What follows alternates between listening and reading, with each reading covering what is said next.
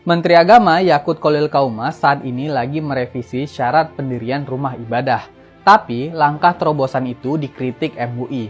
Jadi Gus Yakut ingin mengubah syarat pendirian rumah ibadah jadi lebih mudah.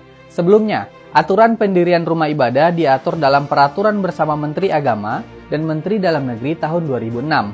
Dalam aturan itu, izin pendirian rumah ibadah akan diberikan bila memenuhi sejumlah persyaratan. Di antaranya, kalau udah dapat rekomendasi dari Forum Kerukunan Umat Beragama (FKUB) tingkat kabupaten kota dan Kementerian Agama. Nah, dalam revisi yang sedang dilakukan, rekomendasi cukup dari Kementerian Agama. Rekomendasi FKUB nggak diperlukan lagi. Inilah titik masuk kritik MUI Pusat. Wakil Ketua Umum MUI Anwar Abbas bilang majelis setiap agama di Indonesia udah bikin rambu-rambu biar masyarakat hidup tenang. Dia khawatir kalau Gus Yakut bersikeras dengan rencana itu akan memicu kegaduhan dan tindak kekerasan di masyarakat. Kritik juga datang dari pengurus MUI lainnya, Khalil Nafis. Kata dia, syarat pendirian rumah ibadah harus melibatkan tokoh agama.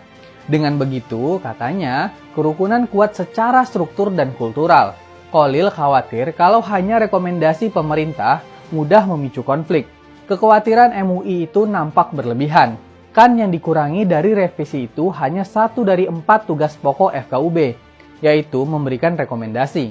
Adapun tugas FKUB lain sebagai salah satu stakeholder yang menjaga kerukunan umat beragama, sama sekali nggak dikurangin. Di sisi lain, MUI kayaknya menutup mata dengan rekam jejak FKUB selama ini. FKUB seringkali nggak berupaya jadi penengah yang adil ketika muncul konflik rumah ibadah.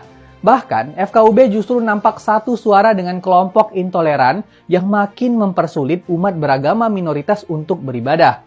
Itu, misalnya, terlihat dari sikap FKUB Cilegon soal penolakan pendirian gereja, atau sikap FKUB Biren soal penolakan pembangunan Masjid Taqwa Muhammadiyah.